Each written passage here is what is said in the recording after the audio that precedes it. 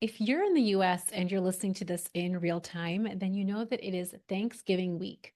I've been dropping a few episodes here on the Burn Stress Lose Weight podcast over the last few weeks to help prime and empower you since this season, October, November, December, is so full of so many social events, cultural events, religious gatherings where you are seeing friends and family, maybe that you don't see during other parts of the year.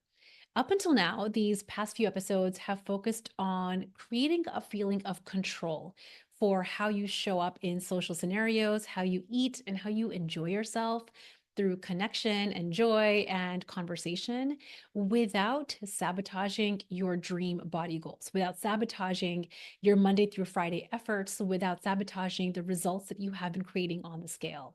We've been talking a lot about people pleasing or eat pleasing.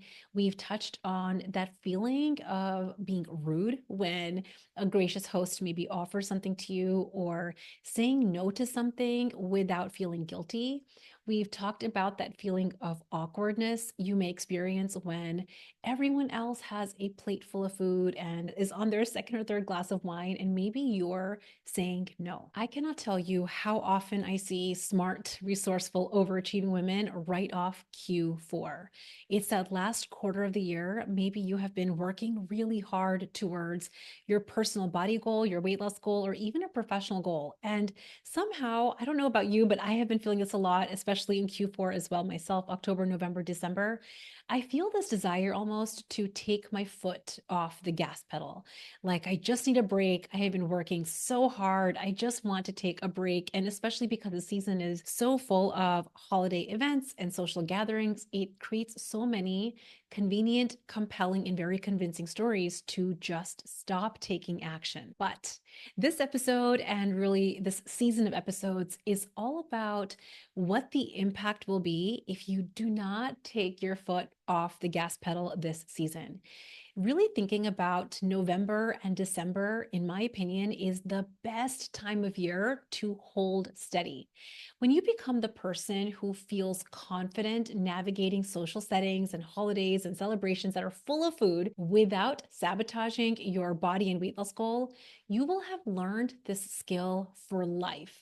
So, in my opinion, I think that it is one of the best reasons to use November and December to lean into your biggest dream goals that you have for yourself and your body. I tell my clients in the Unstoppable group this all the time when I coach them on a special event coming up.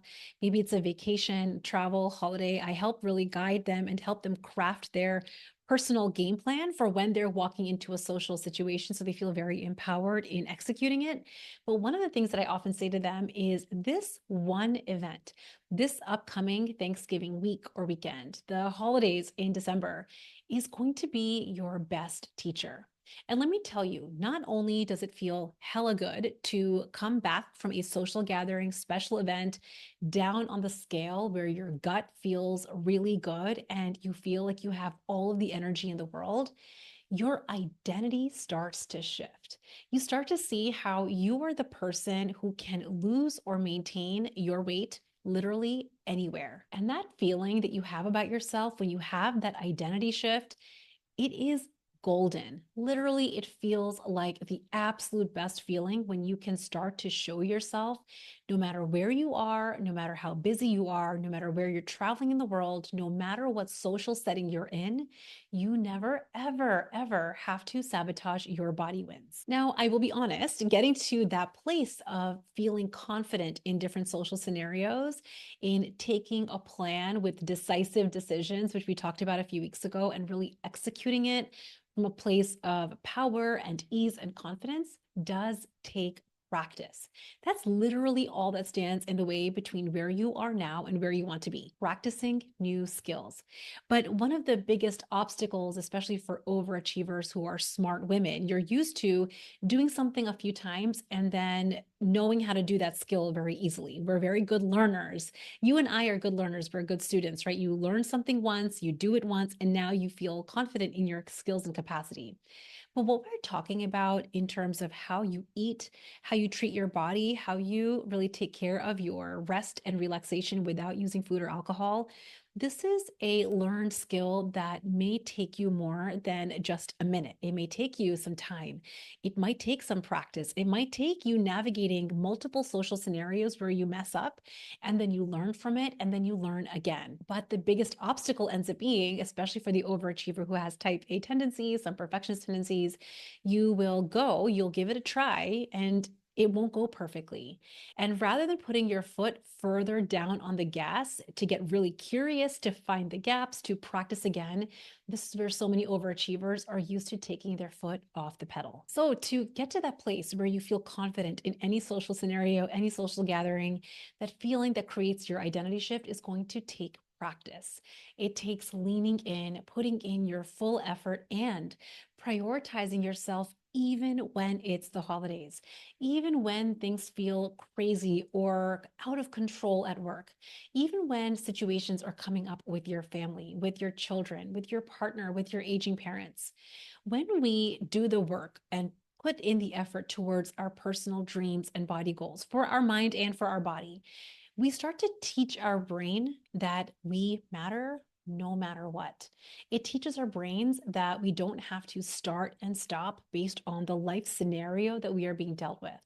And when you do this again and again and again with practice, when you prioritize your wellness and weight loss goals through every busy season, through every holiday event, through every sticky scenario, and any life circumstance, your brain learns, oh, we matter too, no matter what. When you get to that place where you are prioritizing yourself with an effort for your wellness and weight loss goals, here's what starts to happen. Here's the trickle down effect.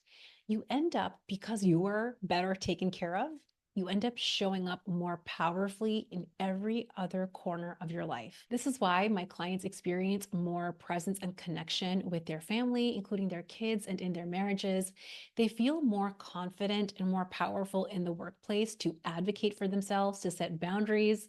This is how you stop being distracted and you get more focused on any goal that you have. Taking care of and prioritizing your wellness and weight loss goals through this holiday season is not just going to help you right now. It is something your future self, when you wake up on January 1st, you're going to be so grateful that you just started now. Today on the podcast, we're going to be talking about expectations and how expectations can really create a lot of either disappointment or a lot of just personal satisfaction and contentedness, no matter where you are and how you're celebrating this Thanksgiving or really any holiday season. But before I get into that piece of the podcast, I wanted to give you a tiny sneak peek and invite you to join my email list if you're not already on there. I am beyond thrilled and so excited that I have recently created a new training that's dropping on Monday, and it's going to my email list first. So if you're not on my email list, head over to www.burnstressloseweight.com/magic, MAGIC. And getting on my email list, you are going to be one of the first people that gets my brand new training. It is the weight loss and wellness hormones training. I cannot tell you how much misinformation is out on the internet, misinformation that is probably leading to a lot of people feeling very confused about their wellness. Maybe you feel fatigue, low libido, you have difficulty with weight loss. And because of what you are reading about on the internet, maybe what you see on Instagram or TikTok, or maybe what your cousin tells you, you might immediately jump to, it must be perimenopause. It must be my hormones. The answer to this is yes and no. It is absolutely true that after the age of 35, your hormones are changing and it is going to make a difference with your mood, your energy, your ability to lose weight, so many things. I decided after seeing so much misinformation on the internet and what I'm just picking up from a lot of my peers and colleagues who are other OBGYNs and from a lot of my friends that I wanted to bring my experience as a board certified OBGYN physician and as a stress and weight loss coach to bring together an evidence-based training that will truly help you feel more empowered. It's true that your genetics and your age and absolutely some hormones are playing a pivotal role in how you're feeling.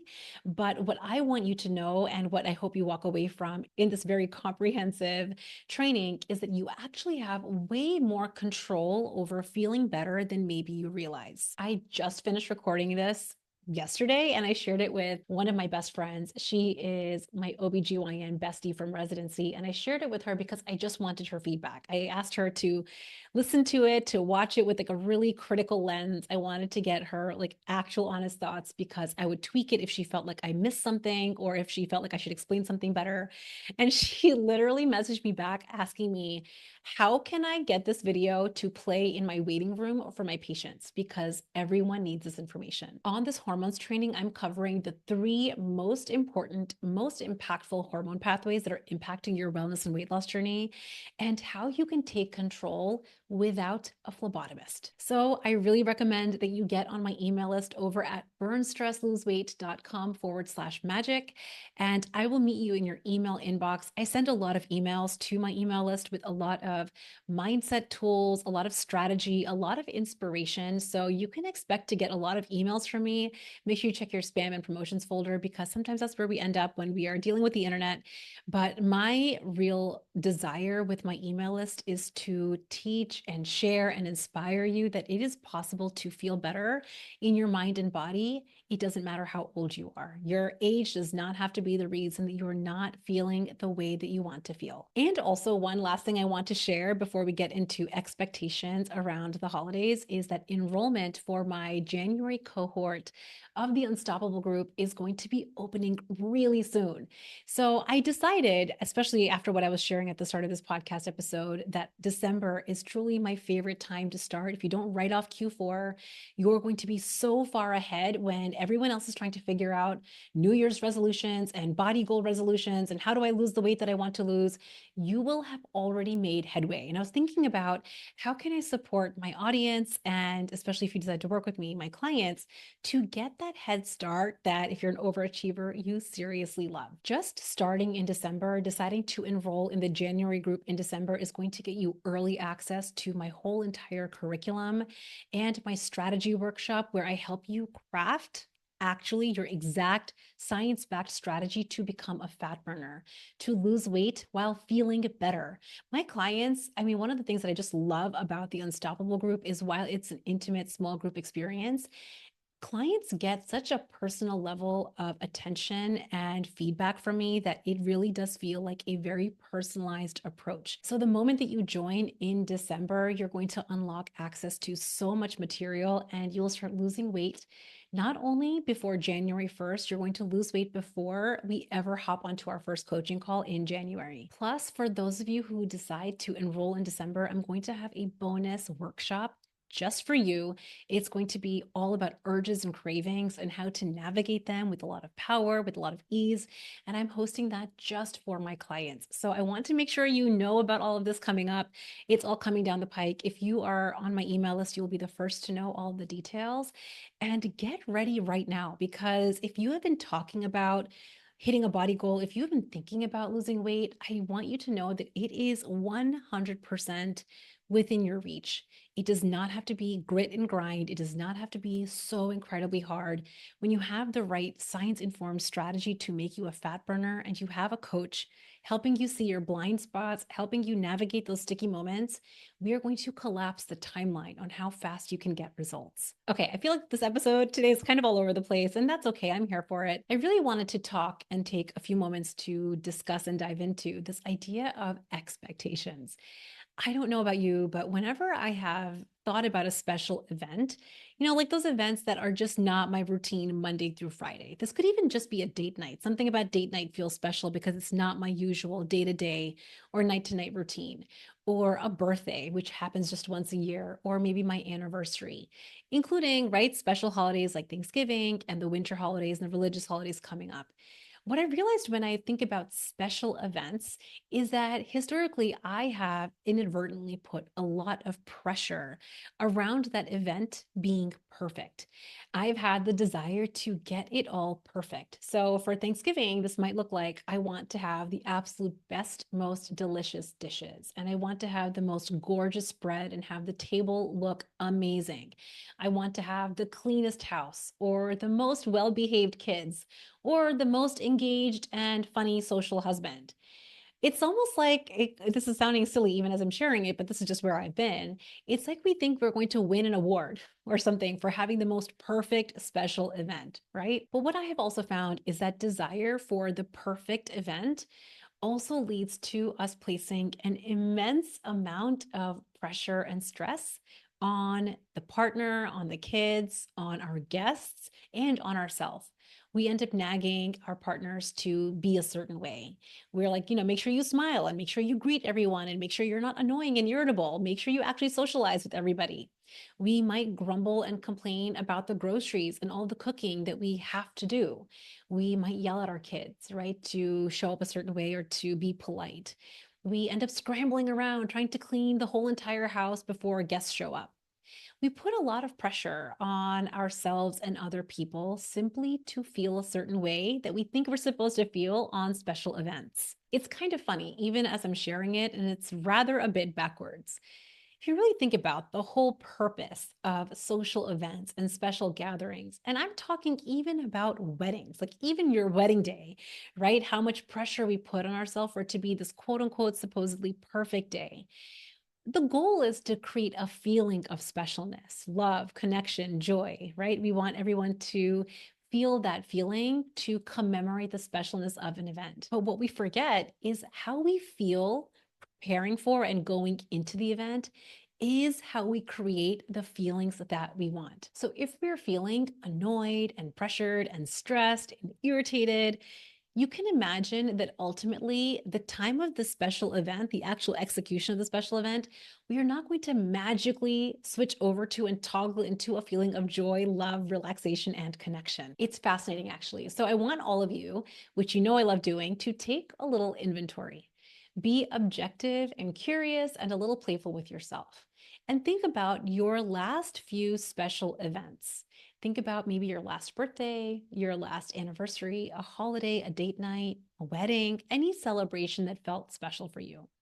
How did it actually feel? And the part that I want for you to get curious about is to ask yourself, what might the experience of that special event have been like if you simply shifted your expectations? Now, I can hear you saying, Priyanka, like, I'm not going to just throw it all away. Like, I can't have a messy house and not cook food and have my kids acting like animals. Like, we need to have some expectations. The answer is yes and yes. Sometimes, again, as overachievers, we have this tendency to be very all or nothing with how we think about special events and even expectations. So, this is just an invitation to release your all or nothing thinking. Here's how I propose you do that. I'm going to share 3 questions that I encourage you to ask yourself today, this week, before you walk into your next special event, whether it's Thanksgiving coming up this week or your holiday coming up in December. Ask yourself question number 1, how do I want to feel during this event? Number 2, what really matters to me most? And number 3, how can I show up in a way that aligns with what matters to me? You might notice after answering these 3 questions, a few tiny shifts. Maybe you have a conversation in advance with your partner and your kids, and you ask them, you tell them what's important to you, what matters to you. Maybe you ask them what's important to them and what matters to them, and you actually collaborate on creating that experience together. You know what's amazing, and what I have found, not just in my own work with myself, but what I see with women across every industry, women, especially moms, take on this invisible burden of creating the best event for their families and loved ones. But what if you didn't have to do this solo? What if you collaborated and brought in your family so you did it together? And I don't just mean where you are directing the family like the director of a ship and like you're telling everybody what they have to do, like the taskmaster. But just imagine that you made this collaborative. Imagine that you got to shift your expectations of your family, right? Including your kids, including your partner, and for yourself, so that going into the work and going into the experience of your holiday wasn't all placed on you. A reminder that I often like to tell myself is that there is no badge of honor for being the most overworked. There's just fatigue and sometimes a touch of resentment. which just takes away from the specialness of what we are trying to create. I wanted to share this really tiny but mighty concept because I know there's something in the air that happens in the fall season between October, November, and December that brings out these high expectations that we have, not just for ourselves, but that we place on our loved ones. We place on our friends, on our peers, on our family, and we want people to behave a certain way for us to experience. But in my experience now, and this is just after coaching clients in every industry on every topic, this way of coming into special events and holidays just creates so much pressure and frustration and even disappointment when those expectations are very naturally not met. So if it feels disconcerting to shift your expectations, let it be disconcerting and just go and experiment just this week and see how you really feel. Start with these 3 questions. And I recommend that you take 5 minutes, not when you're driving, but when you have 5 minutes to actually write down your answers and journal on this. And remind yourself of your answers on a daily basis as you go through the holiday season. Number 1, how do you want to feel during this event? For me, I usually want to feel relaxed and connected and calm and sometimes even joy and just chill. Number 2, what matters to me the most? Usually for me, what matters to me the most is having conversation with my friends and family that I maybe don't talk to all the time, that I don't see on a day-to-day basis. Number 3, how can I show up in a way that aligns with this? This means really getting into the nitty-gritty detail of how am I going to show up? What will I be doing to prioritize what matters to me? What will I not be doing to prioritize what matters to me? For example, if my priority is to have conversation with the friends and family that I don't talk to very much, that means I might not be nagging at my kid to behave a certain way, or I might not be worrying or spending any time on getting the house completely perfectly picked up. We get to ask ourselves how we want to show up, what we want to do and not do. Not do is the most important to be able to show up the way we want. And bring this to your mind on a daily basis so that you remember how it is that you want to feel and what matters to you most. I hope you all have an amazing time with your family this week. If you are celebrating Thanksgiving or as you go into the winter holidays, be safe, be healthy, and make sure that you get on my email list today, burnstressloseweight.com/magic. So you're the very, very first to get my hormone training when it drops on Monday. Have an amazing week, my friends. Bye.